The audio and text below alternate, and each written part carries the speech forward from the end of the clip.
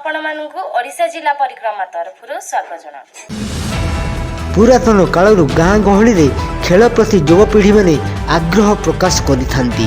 केही केही ताश खेल रे मजी जाइथांती तो केही केही क्रिकेट खेल रे तो केही केही फुटबॉल खेल रे मजी जाइथांती। हेले नयागढ़ जिला रणपुर ब्लॉक रो रंकदेउली पंचायत रो मालीसाई ग्राम रे आम टीम देखा पाइला चेस खेल रे निजकू हजाई देइथंती दुई खेलाड़ी। ग्रामर प्रत्येक नागरिक निजकू चाष काम नियोजित करी दिन दुई प्रहर रे समय चेस खेल रे सामिल होइथांती, जहाँकि कौनसी ग्राम रे देखिबाकू प्रत्येक दिन मिली न थाए। ए खेल शिक्षित गाँ तो तेणुक युवपीढ़ी मैंने खेलुंट। चेस खेल आम पिला दिन देखुछु, आगुरी बुढ़ा मैंने खेलुले, बर्तमान छोट पिला शिखिक खेलुंट।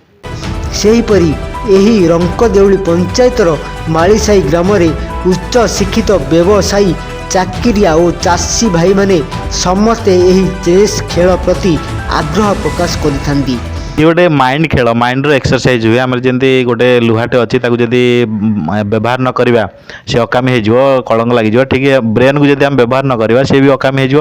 ये गोटे ब्रेन पाई बहुत बढ़िया गेम आ ब्रेन एक्सरसाइज हम। चेस्टा गोटे बहुत बढ़िया गेम। आपको तो आपण मैंने माने अलग किसी ब्रेन सबुठ जब एक्सरसाइज भल हुए ताले ये आपन को कौन से गोटे विपद समय केमती आम विपद रू उद्धार पाइबा आ भल ब्रेन को भल दिग्दर्शन दे था भल एक्सरसाइज द्वारा ब्रेन से ठीक समय ठीक निष्पत्ति नहीं थाए, जरा कि अलग गेम अपेक्षा चेष्टा बहुत बढ़िया। एबे बर्तमान आम अच्छु रंकदेउली पंचायत मालीसाई ग्राम रे। मालीसाई आमर साथी अच्छा अच्युत भाई मोर बड़ भाई, तांकर मोर प्राय टाइम खेल हुए। से मत बहुत थर हरांती आ मत भी मजा लगे। सी हरैले मत बहुत मजा लगे, भल लगे खेल। हाँ बेले बेले जीति जाए।